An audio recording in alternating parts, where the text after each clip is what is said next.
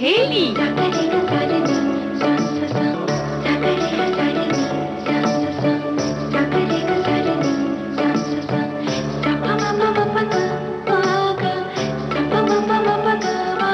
सखी सहेली।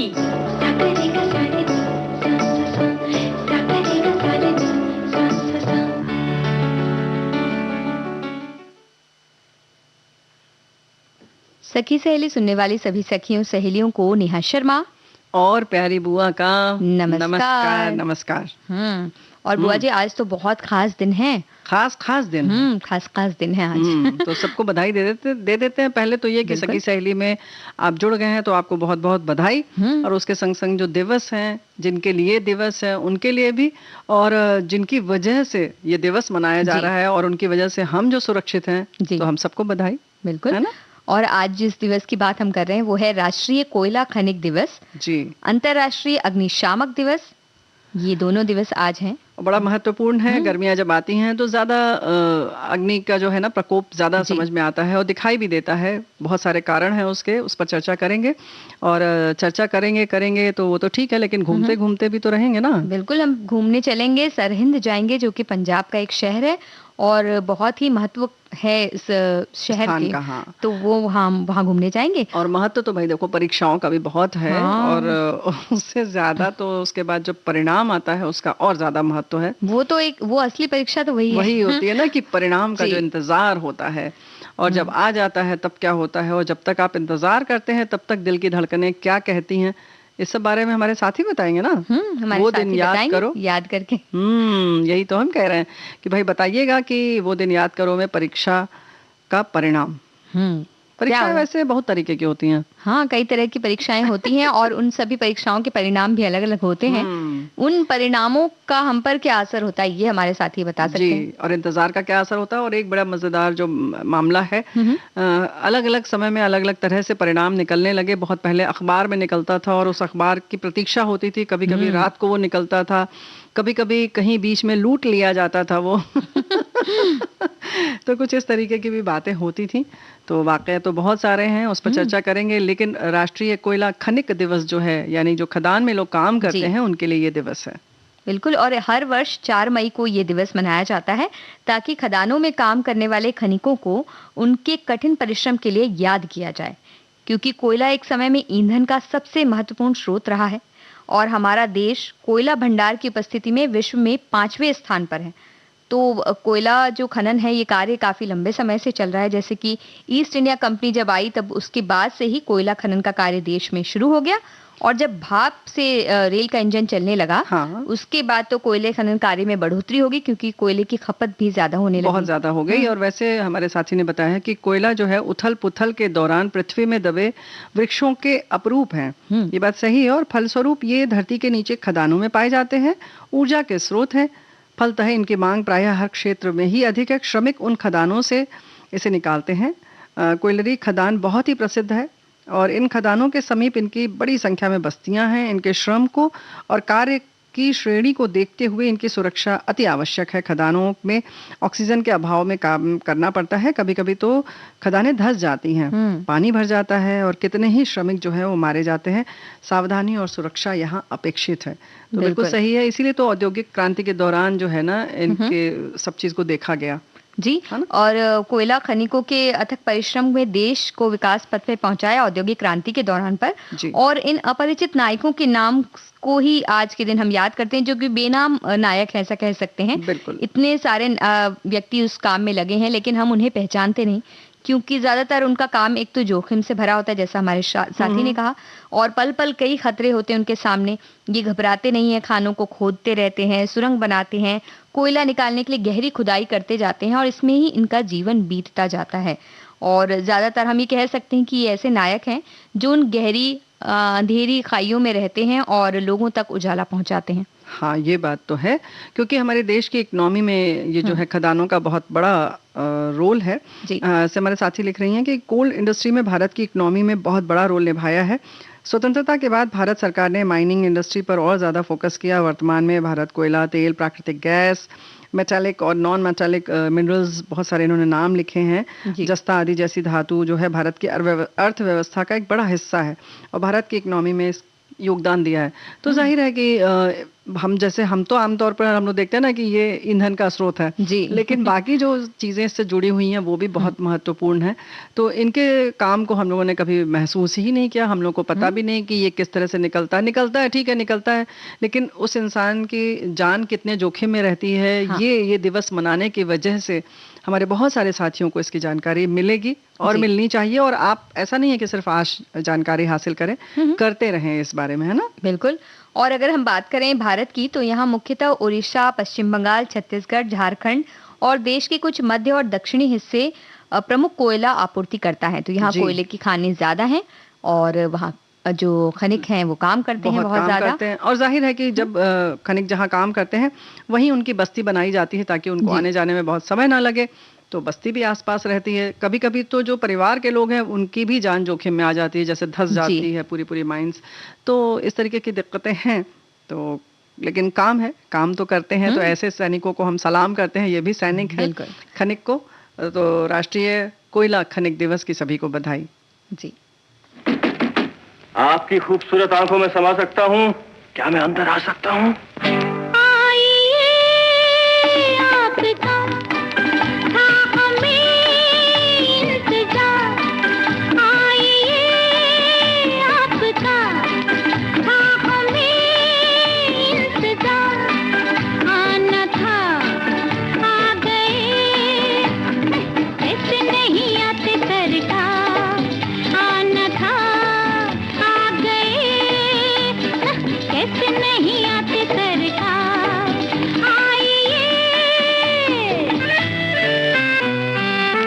अपनी महफिल में जिसे चाहें बुला सकते हैं आप। हम भला क्या हैं, सितारों को झुका सकते हैं आप।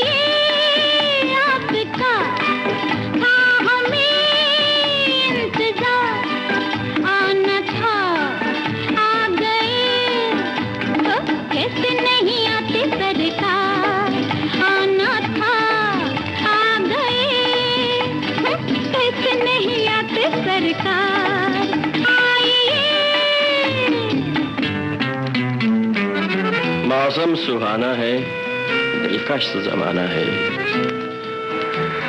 फिर भी उदासी है, ये रात प्यासी है।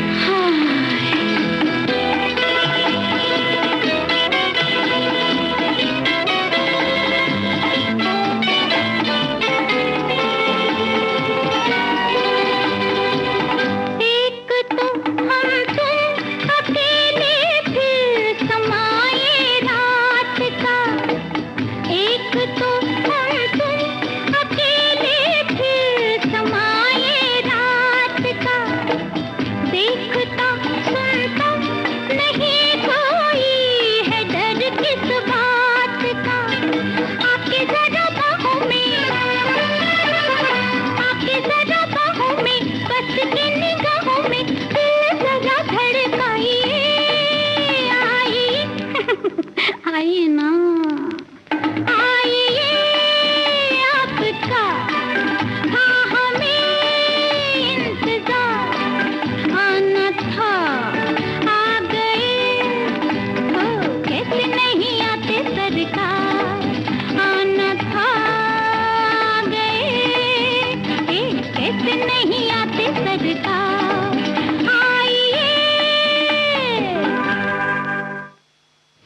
आ तो चुके ही हैं सखी सहेली कार्यक्रम में हम सभी। तो आइए चलते हैं अगले विषय की ओर हम सभी। लेकिन आग को कभी मत कहिएगा आइए। हाँ, आग को हमेशा कहिएगा जाइए। बस जब खाना बनाना हो, जब हमारे नियंत्रण में हो, तब तक सही है। तब तो हम उनको क्या कहते हैं, पूजते ही हैं। वैसे तो बहुत सारे लोग जो है सुबह सुबह अंगीठी हो, चाहे जिस पर खाना बनाते हैं, उनको बाकायदा नतमस्तक होते हैं, और सच में लगाना भी चाहिए क्योंकि उनकी वजह से हमें भोजन मिलता है। तो ये बहुत महत्वपूर्ण स्थान है और चीज है अग्नि। और अग्नि तो भाई हमारे यहाँ तो कहा जाता है ना कि पूजा भी जाता है, और इसीलिए पूजा जाता है कि कहीं ना कहीं हमारे पूरे जीवन से जुड़ी हुई है बिल्कुल। और अगर कहा जाए बुआ जी, तो आग मानव सभ्यता की बड़ी खोज के रूप में सामने आती है। जब मनुष्य ने आग बनाना सीखा, जलाना सीखा, तो उसके बाद कई विकास उसके हुए, और बाद में विकराल रूप में भी उसके सामने आई जब उसे घुटने टेकने पड़े, और उसके बाद इसने आग पर नियंत्रण करना सीखा। और ये भी मानव सभ्यता के इतिहास की एक महत्वपूर्ण घटना रही। बिल्कुल रही है, क्योंकि आग की खासियत है कि निर्माण के साथ साथ विनाश भी कर सकती है और करती भी है। बहुत बड़े हादसे जो हैं वो सबकी ज़बान पर हैं भी। अब भी हम कई बार आग के विकराल रूप को देखते हैं, घबराते हैं, तो सीधे बुलाते हैं उन नायकों को जो इस पर काबू पाना जानते हैं। और इसके लिए जिन्हें कि यानी कि अग्निशामक की हम बात कर रहे हैं, इनको एक विशेष प्रशिक्षण दिया जाता है, किस तरह से करना है, आग बुझानी है, और लोग जो फंसे हैं उन्हें कैसे निकालना है। ये सब चीजें बहुत अनोखी हैं। बिल्कुल। और हर साल मनाया जाता है 4 मई को इंटरनेशनल फायर फाइटर्स डे, यानी कि अंतर्राष्ट्रीय अग्निशामक दिवस। अग्निशामक ऐसे हीरो होते हैं जो अपनी जान की परवाह किए बगैर लोगों की जान बचाने के लिए सामने आते हैं। फिर वो मनुष्य हो सकते हैं, वन्य जीव हो या पर्यावरण हो, इन सभी को सुरक्षित करने का प्रयास करने वाले इन फायर फाइटर्स को उनके इन प्रयासों के लिए सराहने के लिए आज का ये दिन मनाया जाता है। बिल्कुल। साल 1999 में पहली बार इस दिवस को मनाया गया। ऑस्ट्रेलिया के विक्टोरिया स्थित लिंटन की झाड़ियों में आग लग गई थी और उसे बुझाने के लिए अग्निशमन दल के 5 सदस्य गए थे। विपरीत दिशा में हवा चलने से आग में झुलसने से सभी अपनी जान गंवा बैठे। उनकी बलिदान के ये सम्मान में ही ये अंतर्राष्ट्रीय दिवस मनाया जाता है, यानी कि 4 मई को अंतर्राष्ट्रीय अग्निशामक दिवस। बिल्कुल। और एक ये भी कहा जाता है कि संत फ्लोरीन की मृत्यु उस दिन हुई थी, जो कि एक फाइटर भी थे। तो ये कहा जाता है कि उनके गांव में जब आग लगी थी तो 1 बाल्टी पानी से उन्होंने उस पूरी आग को बुझा दिया था, और उसके बाद यूरोप में ये दिन मनाया जाने लगा। तो इस बात में कितनी सच्चाई है या नहीं, इसके बारे में बहुत जानकारी नहीं है। हाँ, लेकिन ऐसा कहा जाता है। और देखो, ये दिवस जो है ना, इसके लिए हमारे एक साथी ने भी लिखा है कि आपदा में फायर फाइटर्स के बलिदान के रूप में अग्निशमन दिवस मनाया जाता है। इनके बलिदान और बहादुरी के कारण लोग और पर्यावरण सुरक्षित है। आग की तेज लपटों की बिना परवाह किए, बिना ये लोग औरों के उजड़ते आशियाने को बचाने के लिए अपनी जान तक की परवाह नहीं करते। अपने फर्ज को निभाने के लिए एक फ़ोन कॉल पर धधकती आग को शांत करने के लिए अपनी जान की बाजी भी लगा देते हैं। फायर फाइटर अत्यधिक कठिन परिस्थितियों में काम करने के लिए तैयार किए जाते हैं। वो हर परिस्थिति का सामना कर सकते हैं। वो दिमाग और शरीर से तंदुरुस्त होते हैं। और अब तो फायर फाइटर्स में हमारी बहनें भी शामिल हैं। पहले सिर्फ पुरुष इसमें रहते थे, पर अब बहनें भी शामिल हैं। हमारे एक साथी कहते हैं ग्रीष्म ऋतु में आग लगने की घटनाएं अधिक होती हैं। यद्यपि विद्युत के शॉर्ट सर्किट से कभी भी किसी भी समय आग लग सकती है। इसके लिए ही फायर ब्रिगेड की स्थापना हुई है। ये शहर और देहात के क्षेत्रों में तो सेवा प्रदान करते ही हैं, लेकिन दावानल को भी ये ही शांत करते हैं। दक्षिण भारत के जंगलों में लगने वाली आग में उन्हें काफी मशक्कत करनी पड़ी, क्योंकि जंगलों की आग इतनी जल्दी नहीं बुझती है।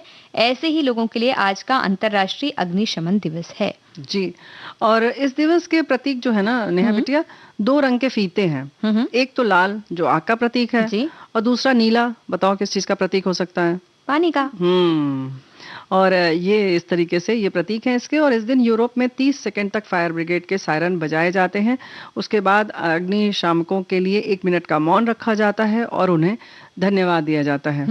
और अग्निशामकों की बात जैसे हम कह रहे हैं कि वो जहाँ भी आग लगती है वहां जाते हैं और बुझाते हैं, लेकिन और भी बहुत से काम वो करते हैं। जैसे कई बार ऐसा होता है कि मांझे में फंस जाती है, चिड़िया फंस जाती है, उसके पैर वगैरह ऊपर कहीं, तो फिर वो आते हैं उनके बुलाने से, और फिर वो अपनी लंबी सी सीढ़ी लगाकर ऊपर जाकर, बहुत ही ऐसा लगता है ना कि बहुत ज्यादा शक्तिशाली कोई आया है। फिर उसके बाद बहुत ही नाजुक तरीके से, बहुत प्यार से उनका पंख छुड़ाते हैं, उनके पैर छुड़ाते हैं, और उसके बाद उनको आजाद करते हैं, यानी एक तरह से ये कह सकते हैं कि उनको पूरा जीवन देते हैं। ऐसे ही, ऐसा नहीं है कि सिर्फ आग लगने पर ही आते हैं, बल्कि जैसे कहीं बच्चा कोई फंस जाए किसी टेरेस पर या किसी छज्जे पर गिर गए, या ऐसा निकल नहीं सकते, या जैसे बोरवेल वाली घटनाएं बहुत होती रही हैं, तो इन सब जगहों पर अग्निशमक ही जाते हैं, यानी ये सैनिक जाते हैं, ये नायक जाते हैं और जान जोखिम में अपनी डालते हैं और इन्हें बचाते हैं। तो विशेष प्रशिक्षण प्राप्त है, तो भाई हमारे एक साथी जैसे लोग कहते हैं ना कि हम उन्हें धन्यवाद देते हैं विश्व स्तर पर, तो हम सब भी उन्हें धन्यवाद देते हैं, कृतज्ञता प्रकट करते हैं।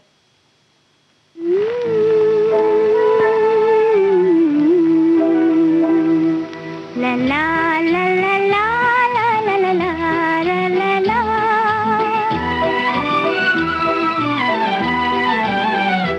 मेरा छोटा सा देखो ये संसार है, मेरा छोटा सा देखो ये संसार है, मेरा जीवन है ये, मेरा सिंगार है, मेरा छोटा सा देखो ये संसार है, मेरा छोटा सा देखो ये संसार है।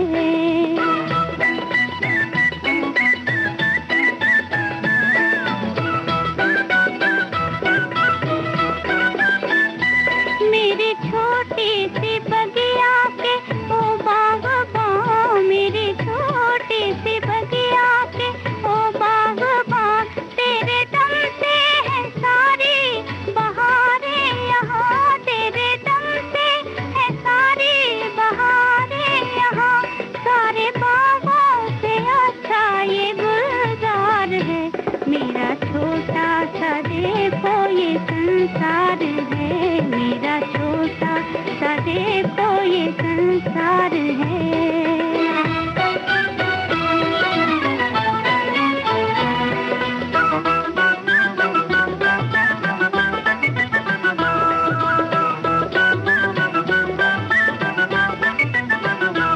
मेरा जीवन है एक मुस्कुराहट तेरी, मेरा जीवन है एक मुस्कुराहट तेरी, मेरी दुनिया है कदमों की आहट तेरी, मेरी दुनिया है कदमों की आहट तेरी, तेरे कदमों में ही मेरा घर बार है, मेरा छोटा सा देखो ये संसार है, मेरा छोटा सा देखो ये संसार है।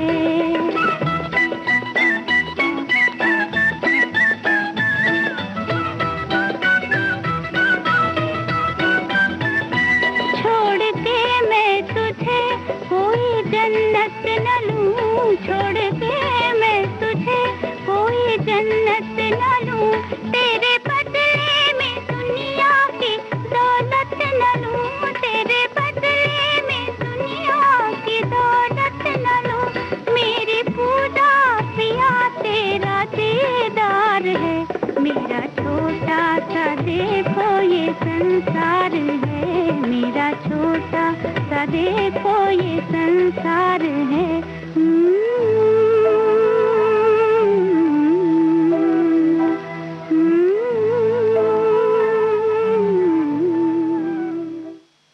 तो बुआ जी, छोटा सा संसार तो है, लेकिन एक बड़ा संसार भी है जिसमें घूमने जा सकते हैं हम।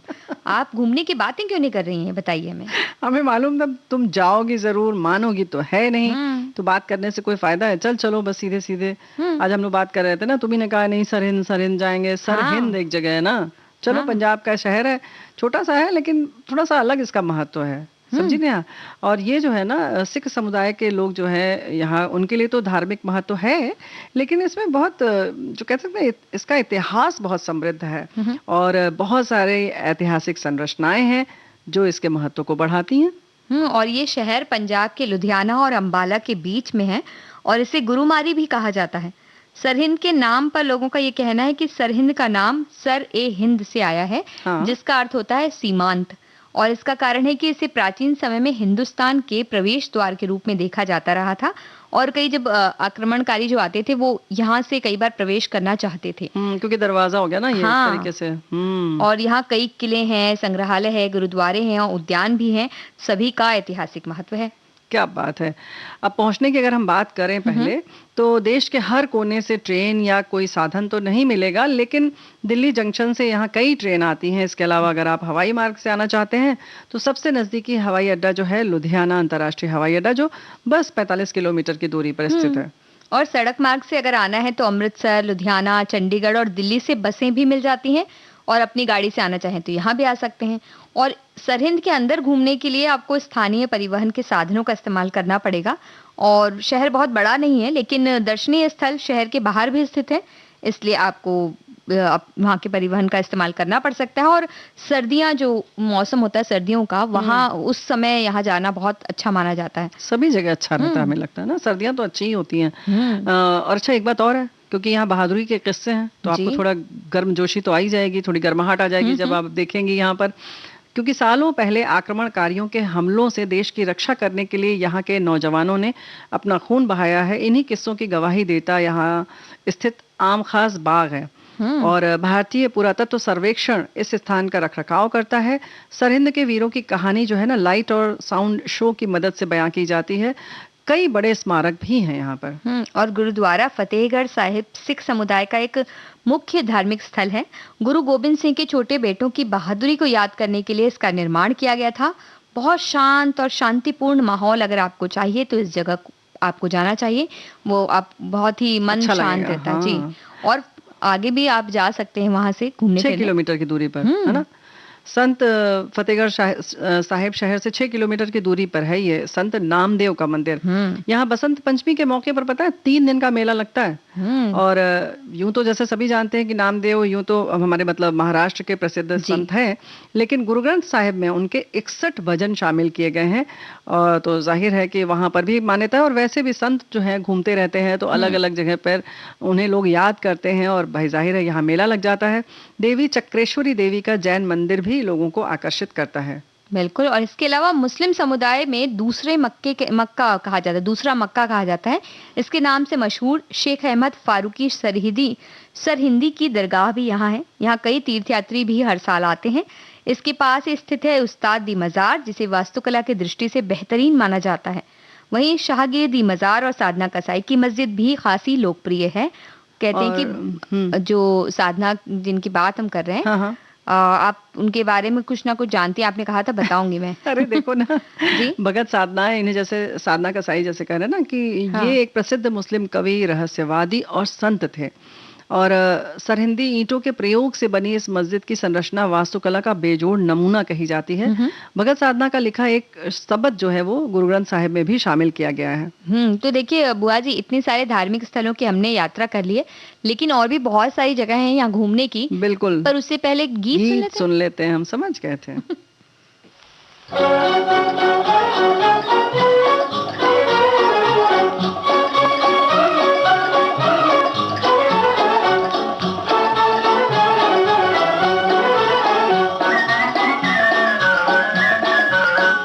करती चमचम करती गाड़ी हमारी जाए, फर भागे सबसे आगे, कोई पकड़ ना पाए।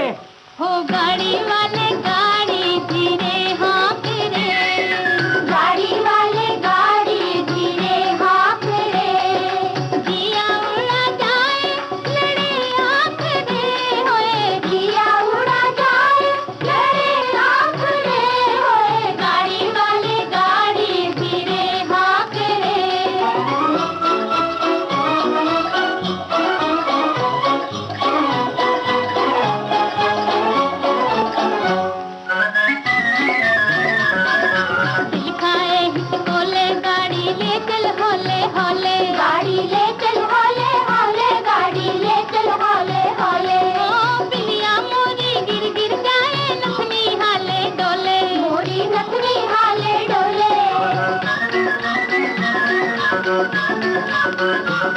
तो देख नजर ना लागे गोरी काहे मुखड़ा खोले, देख नजर ना लागे गोरी काहे मुखड़ा खोले। ओ नैनो वाले घूंघट से ना झांक रे, होए गाड़ी वाले गाड़ी धीरे हाँक रे, ओ नैनो वाली घूंघट से ना झांक रे, गाड़ी वाले गाड़ी धीरे हाँक रे,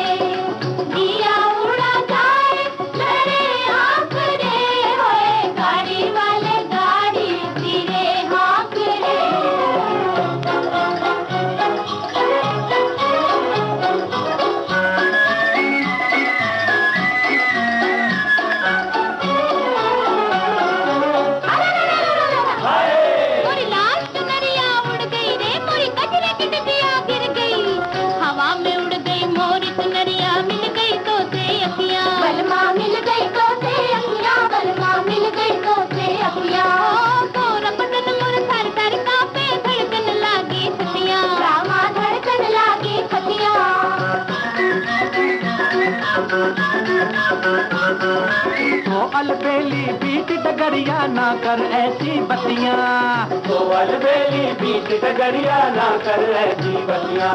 ओ सोने सब लोग वहाँ कटे लाख रे होए, गाड़ी वाले गाड़ी धीरे हाँक रे, सोने सब लोग वहाँ कटे लाख रे, गाड़ी वाले गाड़ी धीरे हाँक रे। खटखट करती झमझम करती गाड़ी हमारी जाए, पर पर भागे सबसे आगे कोई पकड़ ना पाए, हो गाड़ी वाले गाड़ी धीरे हाँक रे।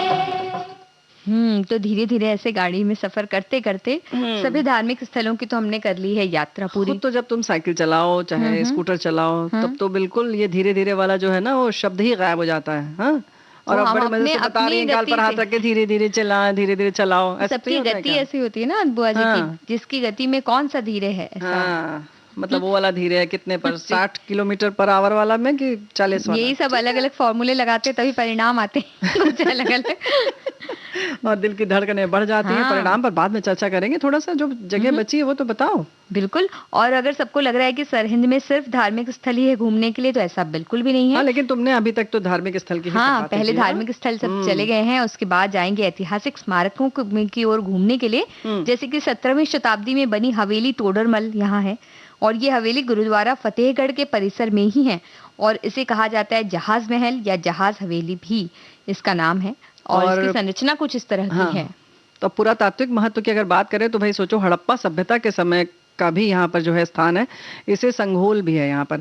इसे उछा पिंड कहा जाता है क्योंकि ये 200 किलोमीटर के विशाल टीले के ऊपर है। संघोल गांव का जिक्र 7वीं शताब्दी में चीनी यात्री ह्वेनसांग ने भी किया है, और संघोल में अवशेष और सिक्के खुदाई में मिले हैं। यहाँ एक पुरातात्विक संग्रहालय भी है जहाँ और भी चीजें आप देख सकते हैं। बिल्कुल, और सरहिंद अगर हम गए हैं तो यहाँ सबसे मशहूर जगह एक है जहाँ जाना हमें भूलना नहीं चाहिए। क्या? वो Limca book of world record में शामिल है फ्लोटिंग रेस्टोरेंट। हाँ, भारत का सबसे पहला फ्लोटिंग रेस्टोरेंट है वो। 70 के दशक में से बनाया गया और अब 5 दशक का ये हो चुका है। प्रमुख पर्यटन स्थल इसे माना जाता है। और ये रेस्टोरेंट जो है गोविंदगढ़ और सरहिंद के बीच बहने वाली भाखड़ा मेन लाइन नहर के पानी पर बनाया गया है। यहाँ तक एक अच्छी सड़क से पहुंचा जा सकता है, कोई दिक्कत नहीं होगी। रात भर रुकने की व्यवस्था है, तो भाई यहाँ रुके। यहाँ के भोजन, स्वाद और आराम की तारीफें जो है रहने के बाद ही करिएगा, आपको जैसा लगे वैसा, है ना? बिल्कुल। और हम ले लेते हैं एक अंतरा ब्रेक। हाँ,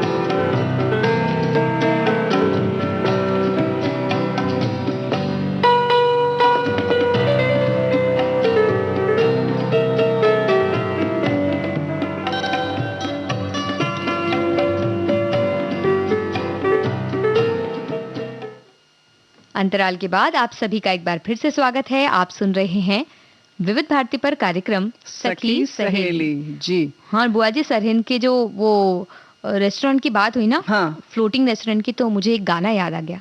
सुनाओ? अच्छा, तुम गाना नहीं सुनवाऊंगी, मैं गाऊंगी नहीं। ये सही है, सही है, ये सही है।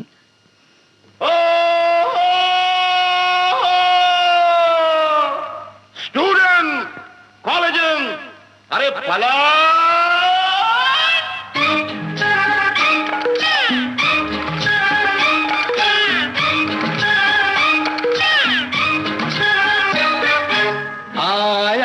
लाया चलता फिरता होटल, आया मैं लाया चलता फिरता होटल, गर्मा गर्म पकोड़े ठंडी ठंडी बोतल, आया मैं लाया चलता फिरता होटल, आया मैं लाया चलता फिरता होटल।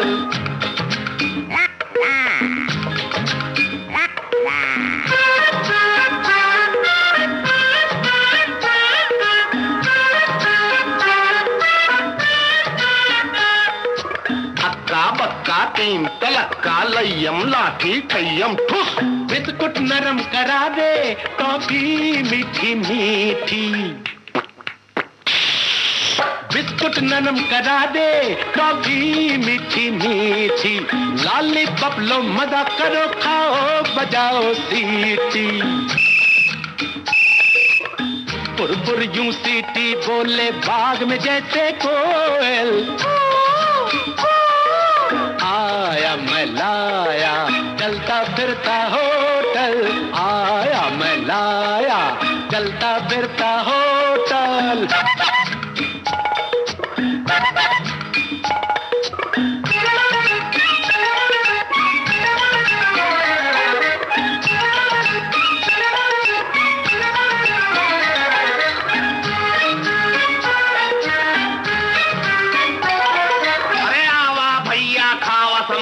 नहीं तो खावा इडली डोसा। भाई ठेले वाले खा ले हलवा पूरी, काम है तेरा बहुत मगर कितनी कम मजदूरी। अरे भाई ठेले वाले खा ले हलवा पूरी, काम है तेरा बहुत मगर कितनी कम मजदूरी। लेकिन प्यारे गम न कर, मेहनत का फल मिलेगा आज नहीं तो कल। आया मैं लाया चलता फिरता होटल, आया मैं लाया चलता फिरता होटल।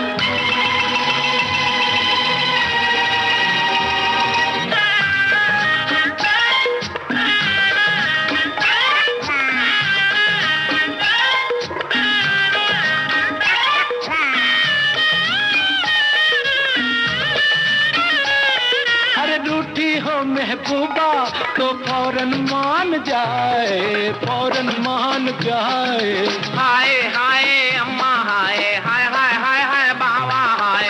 आइसक्रीम तू मेरी अगर बाबू इसे खिलाए। रूठी हो महबूबा तो फौरन मान जाए, आइसक्रीम तू मेरी अगर बाबू इसे खिलाए। हाय रे हाय हाय रे हाय रे हाय रे हाय रे, हंस के गले में डाले मैया कोमल कोमल। आया मैं लाया चलता फिरता होटल, आया मैं लाया चलता फिरता होटल। गर्मा गर्म पकोड़े ठंडी ठंडी बोतल, आया मैं लाया चलता फिरता होटल, आया मैं लाया चलता फिरता होटल। और बुआ जी चलता फिरता होटल घर बन जाता है जब परीक्षा के परिणाम अच्छे अच्छे आते हैं। हाँ, तो अच्छे मिठाइयाँ मिलती हैं, नहीं तो पिटाइयाँ मिलती हैं। देखो वैसे तो सभी को हर वर्ष परीक्षा परिणाम आने के बाद खुशी होती ही है, लेकिन हमारे साथी ने लिखा है कि मुझे सबसे ज्यादा खुशी 12वीं परीक्षा के परिणाम के आने पर हुई थी, क्योंकि अगला कदम कॉलेज में प्रवेश का था। हाँ। जो कि हम सब के लाइफ में नए अनुभवों से जुड़ा एक अलग ही दौर होता है। और हमारे एक साथी कहते हैं कि वो दिन याद करता हूँ जब परीक्षा का परिणाम आया था। वो साल था 1968। तब आज की तरह परिणाम की ना हमें कोई चिंता थी, ना हमारे माता पिता को होती थी। पास हो गया तो ठीक है, नहीं तो पिताजी अपनी कारपेंटरी के धंधे में लगा देते। अच्छा। लेकिन उस समय की मैट्रिक मतलब 11वीं की परीक्षा में फर्स्ट क्लास पास हुआ था। उस समय आज की तरह परसेंटाइल रैंक नहीं होता था। आजकल तो बच्चों की पढ़ाई और परीक्षा के साथ साथ उनके माता पिता की पढ़ाई के साथ साथ कढ़ाई भी हो जाती है। हाँ, यही तो बात है, यही तो हम कह रहे हैं। अच्छा, बड़ा मजेदार है ये परसेंटाइल वाला, बड़े मजे से पता चलेगा आपको। अच्छा 85% है, परसेंटाइल देखेंगे ना तो 92% है। अरे भाई कितना मतलब बारीकी से हर चीज को देखा जाता है। हम लोग के समय में तो ऐसे कहा जाता है एक डंडी के 2 डंडा। मतलब फर्स्ट क्लास तो एक हाँ। 2 मतलब पैदल वाला मामला है। तो बोले अच्छा नहीं 2 नहीं 1 है। अलग अलग तो संकेत बने। डंडी कितनी आई तो 2 आई कि 1 आई, तो बस ऐसे पता चल जाता था। तो ऐसे ही चीज़ें होती हैं। लेकिन हमारे साथियों ने जो अपनी बातें लिखकर भेजी है वो वाकई बड़ी मज़ेदार है। ऐसे ही लिखा है कि परीक्षा कैसा भी हो, परिणाम के लिए दिल तो धड़कता ही है। बेटे का 10वीं बोर्ड परीक्षा निकलने वाला था। 24 घंटे से हम बड़े तनाव में थे। कितना भी बोलचाल हंसी मजाक चल रहा था, पर बेटा का मन डूबा डूबा था। अब तो वो कंप्यूटर का ज़माना है और वेबसाइट पर आने वाला था। रात के 1 बजे लैंडलाइन फ़ोन की घंटी बजी, मैंने उठाया। उधर से बेटा का दोस्त बोल रहा था। जब उसने उसका रिजल्ट बताया तो पहले तो मैं विश्वास ही नहीं कर सकी कि मुझे लगा कि वो बेवकूफ़ बना रहा है। बेटा बहुत अच्छे नंबरों में पास किया था और मैथ में उसके 100 में 100 आया था। बेटा रिजल्ट सुनकर बहुत खुश हो गया, पर मैं अनमनी सी बनी रही, कहीं मजाक तो नहीं कर रहा है। जब स्कूल की बोर्ड पर सुबह लगा, उसके शिक्षक ने कंफर्म किया, तब जाकर जान में जान आई। तो भाई ये है, भी बच्चों के दोस्तों पर उतना भरोसा नहीं किया जाता है, ये क्यों पता नहीं क्या ऐसा है। इस मामले में कहेंगे ना कि आखिर लड़के तो लड़के ही हैं। और हमारे एक साथी कहते हैं कि वो दिन बखूबी याद है जब हमारा मैट्रिक परीक्षा का परिणाम आया था साल 2001 में। उस समय अखबार ही सहारा था, परिणाम के एक दिन बाद पता चलता था। हाँ, तो बात चली है परिणाम की। 2-4 महीने पहले ही ग्राम देवता को लंगोट बांधने की मन्नत मांग चुका था मलंग बाबा को, और जब परिणाम आया तो खुशी का ठिकाना नहीं रहा। ये मन्नत भी बहुत उस वक्त परीक्षा के सारी मन्नत याद आ जाती है। हाँ, मन्नत भी याद आ, सारे भगवानों के नाम याद आ जाते हैं, सब कुछ याद आ जाता है। 1.25 किलो, 1.25 रुपए का प्रसाद, फिर एक नारियल, फिर ये वो सब आ जाता है। अच्छा, फिर और बड़ा मजेदार है, जितनी डर जैसा रहता है बढ़ता रहता है, फिर जब आत्मविश्वास बढ़ता है तो उसका दाम कम होने लगता है ना। 100 रुपए से शुरू होगा, धीरे धीरे नहीं 100 रुपए से शुरू होगा, फिर कहेंगे अच्छा नहीं ठीक है, ऐसा करेंगे 51 रुपए का कर देंगे। या अगर ऐसा हुआ कि मतलब 1 महीने तक हम जाएंगे दर्शन करने, फिर कहेंगे नहीं 1 हफ्ते, फिर या हर रविवार कर देंगे। कुछ इस तरीके से वो तो उसमें ना मोल भाव होता रहता है। परिणाम जब आने वाले रहते हैं तो इतनी मन्नतें मांग ली जाती हैं उठ के, तो उसके बाद में फिर ऐसा लगता है कि हाँ बस, और परिणाम आते साथ ही सब भूल भी जाते हैं। बाद में कोई याद दिलाता है तो याद आती है, तब याद आता है अरे ये तो रह ही गया। वैसे एक बात और है कि हमारे साथियों ने अधिकतर अपने बच्चों का ही ज्यादा साझा किया है, खुद का भी बता सकते हैं ये लोग।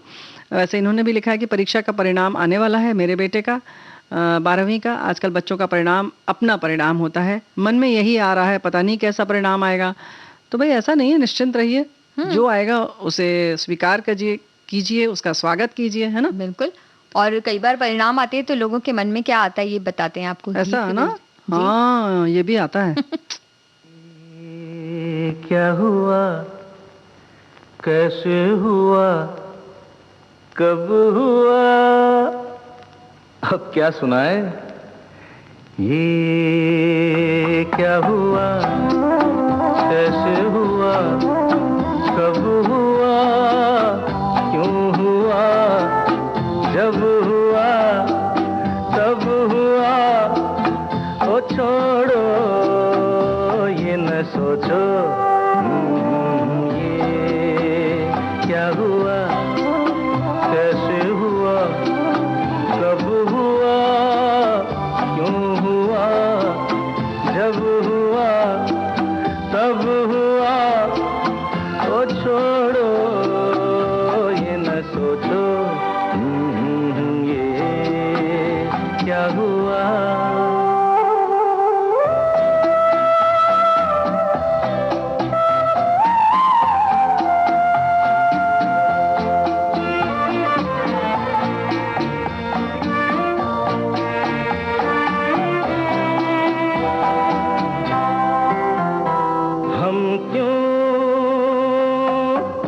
शिकवा करे झूठा, क्या हुआ जो दिल टूटा। हम क्यों शिकवा करे झूठा, क्या हुआ जो दिल टूटा।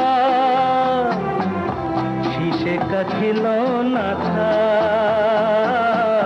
कुछ ना कुछ तो होना था। हुआ ये क्या हुआ, कैसे हुआ, कब हुआ, क्यों हुआ, जब हुआ तब हुआ, ओ छोड़ो ये न सोचो। ये क्या हुआ।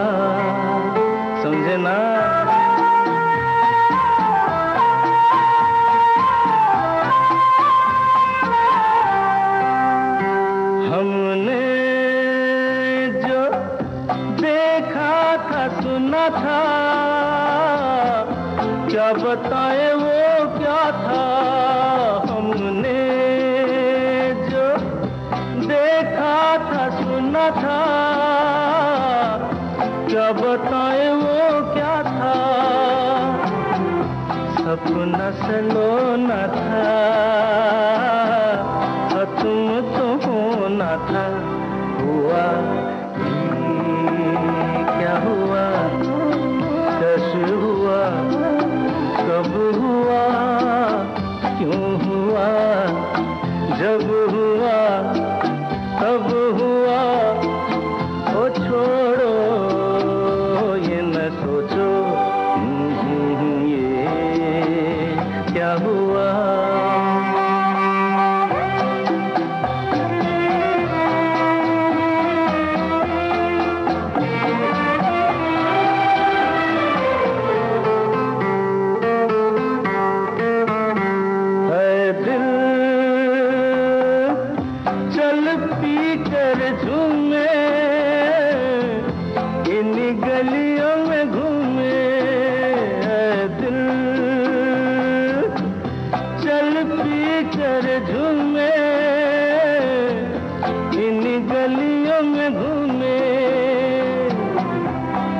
तुझे खोना था, बदनाम होना था। हुआ ये क्या हुआ, कैसे हुआ, कब हुआ, क्यों हुआ, जब हुआ तब हुआ। ओ छोड़ो ये न सोचो,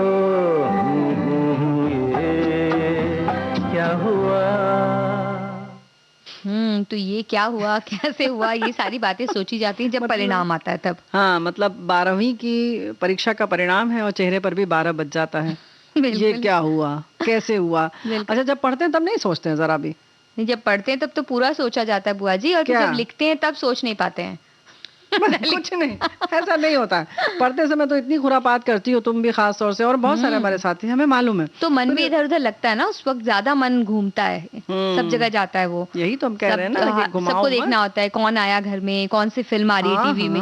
और उसी दौरान ऐसा हमेशा होता है ना, जब भी भूख बहुत लगती है, और जब भी परीक्षा की तैयारी कर रहे होते बच्चे, परीक्षा रहती है, उस वक्त फिल्मों, ऐसी अच्छी अच्छी फिल्में आती हैं टीवी में, तो बच्चे बेचारे कैसे पढ़ाई करें। बेचारे बच्चे। और उसके बाद कहते हैं कि नहीं, हमने बहुत अच्छा मतलब दिया है, लिखा बहुत अच्छा है, कॉपी में सब कुछ लिखा है। या तो देखो दोष देते हैं, एक तो ये कि पता नहीं, हमें लगता है कि टीचर को समझ में ही नहीं आया, या कहेंगे कि मैथ्स की टीचर जिन्होंने ये हमारी कॉपी जांची है, वो किसी और विषय के रहे होंगे, उन्होंने गलती से पहुंच गई ये कॉपी। मतलब सब बहाने होते हैं। उसके पहले तो पेपर अगर मनपसंद नहीं आया, पढ़ा हुआ नहीं आया, मतलब मनपसंद से मतलब ये, तो कहेंगे नहीं ये तो पढ़ा ही नहीं गया था हम लोगों को, पता नहीं कैसे बना दिया पेपर। वो तो हर पेपर के साथ ऐसा होता ही, जो नहीं पढ़ाया होता वही आता है। तो वैसे हमें तो यही लगता है कि बच्चों से ये पूछना चाहिए ही नहीं कि पेपर कैसा हुआ, जैसे नंबर आया तो समझ लो कि ऐसा ही पेपर हुआ था। ऐसा भी हमारे एक साथी तो कहती हैं कि वो दिन याद करो, पापा की पोस्टिंग की वजह से मैं उन दिनों इटावा में रहता था। मुझे आज भी वो रोमांचक पल याद है जब मेरे हाई स्कूल का परीक्षा परिणाम आया था। मजेदार बात ये रही कि हम लोग अपनी बुआ के यहाँ से सपरिवार उसी दिन कालका मेल से इटावा वापस लौटे थे। अच्छा। और उसी ट्रेन यानी कालका मेल से ही परीक्षा फल वाला अखबार भी आया था। अरे बाबा। यानी रिजल्ट के साथ ही लौटे। क्या बात है। ट्रेन से उतरते ही भीड़ में घुसकर जल्दी से अखबार खरीदा और घर आकर सबसे पहले अखबार में परिणाम देखा। उत्तीर्ण होने की वो खुशी आज भी तरोताजा है। क्या बात है। तो भाई ऐसे ही खुशी मिलती रहे आप लोगों को, यही कामना करते हैं। लेकिन हाँ, ये जो अखबार में निकलता था ना, बड़ा मजेदार होता था। तुम लोग को नहीं अंदाज है ना। और कितना सारा लिखा होता था ना, बहुत सारा। वो नंबर ढूंढते ढूंढते ऐसे सोचिए, इतने नंबर निकालना भी अपने आप में एक परीक्षा नहीं, तो जमीन पे लेके ऐसे पूरा फैला के बैठ जाते थे सब लोग, कुड़ू बैठ जाते थे और सारे लोग उसको घेर लेते थे। और जिसका रोल नंबर होता वो ढूंढता रहता था। हालांकि अल्फा जो कहना चाहिए क्रम में रहता था। तो मुश्किल इतना नहीं होता था, लेकिन वो लगता था कि एक लाइन है कि दो लाइन है कि नहीं है, तब तो फिर तो सांस वहीं रुक जाती थी। फिर तो और खोजा जाता है। बहुत सारे नंबर देख लगता नहीं ये ठीक नहीं है, नहीं ये ठीक नहीं है। अच्छा, यहाँ से मुड़ा था, हो सकता है यहाँ पे न दिख रहा। बहुत सारी चीजें होती थी। मतलब अलग रोमांच था वैसे अखबार में निकलने का। और जैसे हमने बताया ना कि कभी कहीं ऐसे ही, जैसे इनको तो मिल गया। अक्सर जिसके पास अखबार होता था वो अपने आप को बिल्कुल बादशाह समझता था कि अब तो सब लोग मेरे पीछे पीछे आएंगे। सब लोग पीछे पीछे दौड़ते भी थे, क्योंकि परीक्षा परिणाम पता करना होता था। तो खैर, परीक्षा के बाद परिणाम का डर सभी के दिलों में घर कर जाता है, हमारे साथी बता रहे हैं। डर समाप्त उस दिन होता है जिस दिन परीक्षा परिणाम आता है। परिणाम की घोषणा से पहले ही बच्चों से ज्यादा अभिभावकों को डर सताता है। क्या होगा परीक्षा का फल, ये ख्याल जब आता है मन में एक भय सा रहता है। मैं पढ़ाई में तेज थी, पेपर खत्म होते ही मार्क्स का अंदाजा लगा लेती थी और प्रतिशत का भी अंदाजा लगा लेती थी, फिर भी परिणाम के दिन जो है घबराहट तो होती ही थी। इन्होंने नहीं बताया कि जो अंदाजा लगाते थे वो हमेशा सही होता था। हाँ, कि तो नहीं? ये तो लग यही रहा है कि इनका आत्मविश्वास ऐसे ही लग रहा है हमको, क्योंकि फिर भी ऐसे कोई ना कोई होना चाहिए जो बता दे, लेकिन फिर उसके लिए हमें खुद ही पता करना। नहीं तो ये अपना बताएंगे, तुम्हारा थोड़ी बता हाँ, देंगे। ये तो है। तुम तो कुछ उसके लिए ज्यादा तो भविष्य वक्ता बुलाना पड़ेगा, जो वो मिट्टू होता है, वो कुछ हाँ, लेके आता है ऐसे ही, मिट्टू, जो ऐसे बाद से- में परिणाम जो आते हैं वो कुछ अलग ही आते हैं। उससे बस ऐसे ऐसे गर्दन हिलाएगा, पूछोगी मई का महीना तो कहेगा हाँ, क्योंकि मई का महीना चल रहा है। हाँ, फिर बस क्योंकि वो ऐसे सवाल ही करेगा। वैसे पूछे जाते हैं जिसके जवाब उसको आते हैं। उसको पता हो। ऐसा या हमारे जो- साथ क्यों नहीं सिर्फ किया हाँ जाता वाला है? होता है। ऐसा हमारे साथ क्यों नहीं किया जाता परीक्षा के दौरान? पूछेंगे। वही सवाल पूछे जाएं जो हमें आते हों। आते हूँ, हाँ ये बात सोचा जा सकता है, ये बात सही है। तो सबके लिए फिर अलग अलग प्रश्न पत्र बनाने में सबके लिए ये लो, नेहा हाँ। बिटिया के लिए ये खास, जी। राजुल बिटिया के लिए खास। अच्छा तुम लोग ये पढ़ के आई, लो मंजू बिटिया तुम्हारे लिए ये खास, ये सिर्फ तुम्हारे लिए, नेहा को मत दे देना। तो ऐसा बुआ वाला जी भी होगा ना। आप बताइए, परीक्षा के परिणाम से जुड़ा कोई आपके पास भी तो वाकया होगा? देखो वाकया ऐसा होता है ना कि हम लोग के समय हमने बताया ना कि अखबार में निकलता था, हाँ। फिर कभी कभी प्रथम जैसे आ गए हाँ। तो बड़ी खुशी। कभी कभी क्या होता था कि दो बहनें हैं तो माँ को बड़ी खुशी ये है कि अच्छा बड़ी वाली जो है वो मतलब उसका रिजल्ट निकला नहीं निकला परवाह ही नहीं है, छोटी वाली से बड़ा प्यार है, उसका 10वीं की परीक्षा परिणाम निकला, हमारे पड़ोस में रहती थी, अब वो निकल गया, वो फर्स्ट डिवीजन पास। और बड़ी वाली का जो था अखबार में था ही नहीं रिजल्ट, और बड़ी वाली रोती रही, लेकिन उनकी मम्मी पापा को किसी को फर्क नहीं था, क्योंकि पहली बार छोटी बिटिया का घर में प्रथम आया था। हालांकि ये ऐसे प्रथम जो है ना मत सोचो, क्योंकि हम लोग के समय में फर्स्ट डिवीजन आना बहुत बड़ी बात होती थी, आज के 95-99% जैसे ही माना जाता था जी। हाँ, तो बहुत मतलब हंगामा, सब लोग बड़े खुश। ओ बेचारी छत पे जाके रो रही हैं, अकेले बैठी हुई, रोए जा रही हैं। वो बाद में बताया उन्होंने 8-10 दिन बाद हम लोगों को, बताओ जरा सा, अम्मा को चिंता ही नहीं थी, और हमें दुख फेल होने से ज्यादा तो इस बात का था कि अम्मा घर में कोई परवाह ही नहीं कर रहा है। लेकिन बाद में पता चला कि उनका सितार विषय था, यानी जो प्रैक्टिकल का होता है वो स्कूल वाले भेजते हैं, वो जाने में विलम्ब हो गया था, तो ऐसे बोर्ड की परीक्षाएं जो होती थी वहां उनको नंबर नहीं मिला था। तो फिर जब आया परिणाम तो उनका भी प्रथम था, प्रथम श्रेणी में उत्तीर्ण हुई थी। तो इस तरीके के वाक्य होते हैं। फिर भी एक परिणाम उन्हें पता चल गया। पता चल गया। और उसके बाद मजेदार वही कि घर में सब लोग को, मतलब उससे ज्यादा दुख उन्हें इसी बात का था कि किसी को परवाह नहीं है हमारी। ये बात नहीं भाई, अच्छा सब तब ध्यान गया, अच्छा हाँ, ये तो बड़ा गड़बड़ हो गया। तो ऐसा भी होता है, हम लोग के समय में ऐसे ही होता था, जैसे बताया ना, गायब हो गया, अखबार आ नहीं रहा है, फिर फोन तो इतना नहीं था, कोई आके बताता अरे सुनो फला जगह जो है ना आ रहा था, ऐसे गायब हो गया अखबार। तो कभी कभी रात को 9 बजे कोई लेकर आए कॉलोनी में, तो फिर किसी तरह से वो लोग ले के आते थे, लड़के वड़के जो साथ के रहते थे। हाँ। फिर तो जब अगर किसी का, जैसे तुम्हारा अगर फर्स्ट डिवीजन आ गया और उन लोगों का 3rd डिवीजन है जी, अब उनकी मम्मी से कहा जाएगा, आंटी जी कुछ पिलाइए शरबत वरबत, आपकी बिटिया का फर्स्ट डिवीजन आया है। तो एक तरीके से संजीवनी पर्वत उठा लाते थे। हाँ, वो। संजीवनी अकेला। पूरा उठा तो ला, लेकिन जी। मजेदार बात है उन्हें अपने 3rd डिवीजन का कोई दुख नहीं होता था। वो तो हमेशा ऐसा एक चुटकुला कहा जाता है कि वो चलता ही है कि अगर लड़कियां वो 2 नंबर भी कम होने पर इस तरह से रोती रहती हैं, लड़के कहते हैं कि भाई इतने नंबरों में तो 2 लड़के मिला के पास हो जाते हैं। और 2 नंबर तो आया है कम से कम। तो इसलिए इतना दुख नहीं होते उन्हें। हाँ। वो कहते हैं कि चलो कुछ भी है, पास हो जाना ज्यादा इम्पोर्टेंट है। तो भाई पास हो जाना ज्यादा इम्पोर्टेंट है, लेकिन परीक्षा में बैठना भी महत्वपूर्ण है जी। और जो भी परीक्षा दें या यूं कहें कि जो भी काम करें उसे परीक्षा की तरह मान कर करें, घबराहट में नहीं, बल्कि 100% देने और 100% लेने के उद्देश्य से करें, है ना? बिल्कुल।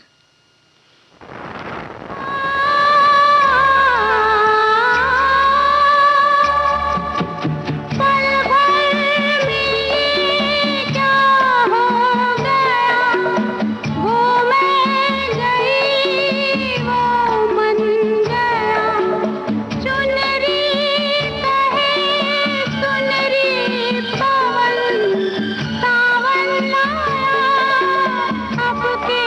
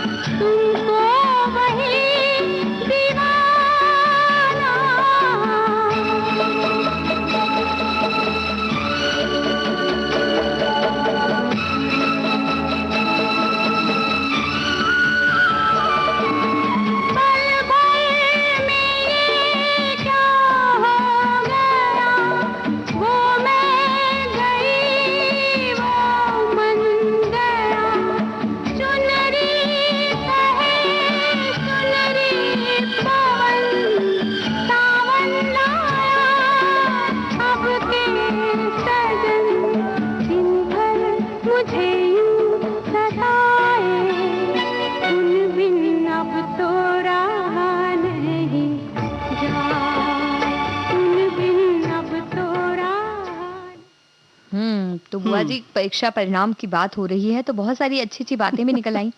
बातें तो निकल आई, लेकिन जैसे कि प्रतिशत की बात होती है तो हर जो हमारे यहाँ राज्य हैं सबका अपना अपना पैटर्न अलग है। हाँ। और कहीं सिलेबस बहुत मुश्किल है, कहीं बहुत आसान है, लेकिन जब परीक्षा देते हैं तो सबको अपना बहुत कठिन लगता है, ये बात तो है ना। और हमारे वैसे साथी ने लिखा है, परीक्षा तो हम सभी दे रहे हैं, परिणाम आने शेष है, किंतु अवस्थित परिणाम समय समय पर आते रहते हैं। संप्रति परिणाम आने शुरू हो गए हैं, बच्चों का भविष्य बनने वाले हैं और अभिभावकों के चेहरे पर खुशी आने वाली है, लेकिन इसमें सफलता श्रेणी में आने वाले परीक्षार्थियों की विशेष पूछ हुआ करती है। फिर प्रतियोगी परीक्षाओं का तो कहना ही क्या, मगर सभी तो सभी तो प्रशासनिक सेवा में तो नहीं आ पाते ना। तो ये बात सही है, लेकिन आप अपना लक्ष्य निर्धारित कर लीजिए, उसके बाद मेहनत करिए, लेकिन कर्मण्येवाधिकारस्ते याद रखिए, है ना। बिल्कुल। और सभी अपनी अपनी जगह पर कहीं ना कहीं सफलता पाते हैं। जरूरी नहीं कि हर एक ही क्षेत्र में सभी व्यक्ति जा पाए, सबके अपने अपने क्षेत्र निर्धारित होते। कई बार पता भी नहीं होता कि हम किस क्षेत्र में जाना चाहते हैं। हाँ। हम अपने दोस्तों को देखकर या अपने आसपास परिवार के लोगों को देखकर किसी एक जगह पूरी कोशिश करते हैं और बाद में हमें पता चलता है कि नहीं, हम दूसरी जगह के लिए ज्यादा उपयुक्त हैं, और फिर हम वहां जाते हैं और हमारा परिणाम भी बहुत अच्छा आता है। तो ये सारी चीजें हमें तय करनी होती है और कहीं ना कहीं परिवार भी इसमें सहायक होता है और मददगार साबित होता है, क्योंकि सब बच्चे ऐसे नहीं होते जिनका कि सब कुछ जो कहना कि विचार है या विवेक है बहुत स्पष्ट हो, तो वो ले सके ये निर्णय। तो अगर बाय चांस अगर उन्हें एक रास्ते पर जाकर ऐसा लगता है कि नहीं, ये उन्होंने कुछ गलत जगह चुन ली है, उन्हें लगता है कि दूसरी जगह उनकी ज्यादा रुचि है, तो उन्हें वहां जाने दिया जाए ताकि वो अपने जीवन में कुछ अच्छा कर सकें। बिल्कुल, बहुत अच्छा करते हैं। वैसे हमारे जो भी भाई बहन हैं, श्रोता बंधु हैं, सभी बहुत अच्छा करते हैं। सभी के परिणाम जो हैं वो अच्छे आए, सकारात्मक आए, लेकिन एक सोच जो है वो सकारात्मक आप अपनी बनाए रखिए। इसी कामना के साथ हम समाप्त करना चाहते हैं कार्यक्रम। दीजिए नेहा शर्मा और प्यारी बुआ को इजाजत स्वीकार कीजिए। नमस्कार।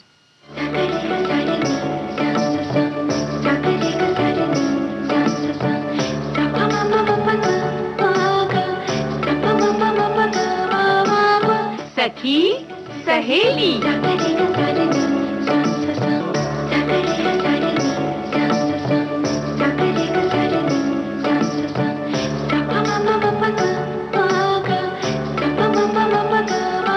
सखी सहेली।